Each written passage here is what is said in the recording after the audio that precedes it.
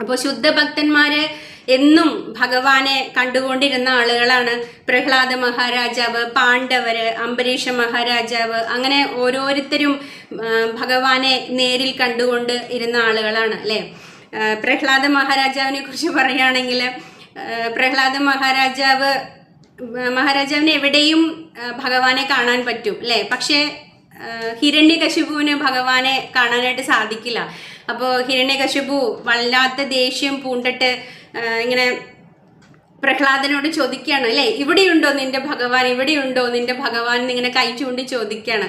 അപ്പോൾ പ്രഹ്ലാദന് ഭഗവാനെ എല്ലായിടത്തും കാണാൻ സാധിക്കുന്നുണ്ട്, പക്ഷെ ഹിരണ്യകശിപുവിന് കാണാൻ സാധിക്കുന്നില്ല. അപ്പോൾ ഭഗവാൻ നരസിംഹ രൂപത്തിൽ വരാൻ പോവുകയാണല്ലോ ഹിരണ്യകശിപുവിനെ വധിക്കാനായിട്ട്. അപ്പോൾ ഭഗവാൻ ഇങ്ങനെ വളരെ സൂക്ഷ്മതയോടെ ഇങ്ങനെ ഈ ഹിരണ്യകശിപുവിന്റെ വിരലിന്റെ അറ്റത്തേക്ക് നോക്കുകയാണ് അത്ര. ഇത് എവിടെ കൊണ്ടുവന്നാണ് വെക്കണത്, അവിടെ നിന്ന് വേണം എനിക്ക് പുറത്ത് ചാടാൻ. കാരണം പ്രഹ്ലാദന് എന്നെ എല്ലായിടത്തും കാണാൻ പറ്റും, ഈ മന്ദബുദ്ധിക്ക് എന്നെ കാണാൻ പറ്റുന്നില്ല.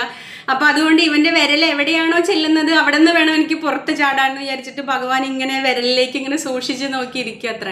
അവസാനം ഇവിടെയുണ്ടോ നിന്റെ ഭഗവാൻ എന്ന് ചോദിച്ചിട്ട് തൂണിലേക്ക് ഇങ്ങനെ അല്ലേ ചൂണ്ടിയിട്ട് ഗദ വെച്ച് അടിക്കുമ്പോഴാണ് അവിടെ നിന്ന് ഭഗവാൻ പുറത്ത് ചാടുന്നത്. അല്ലാതെ നേരത്തെ കാലത്തെ ഭഗവാൻ നരസിംഹ ഭഗവാനായിട്ട് വേഷം ചെയ്ത് തൂണിൽ വന്ന് ഒളിച്ചിരുന്നതല്ല.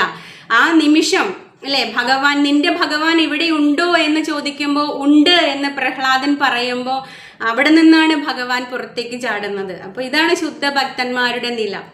അപ്പോൾ ഭഗവാൻ എപ്പോഴും ആ ശുദ്ധഭക്തന്റെ അടിമയാണ് അല്ലേ. അവന്റെ വാക്കുകൾക്ക് അനുസരിച്ചിട്ട് മാത്രമേ ഭഗവാൻ എന്തും ചെയ്യൂ, എന്തും പ്രവർത്തിക്കൂ.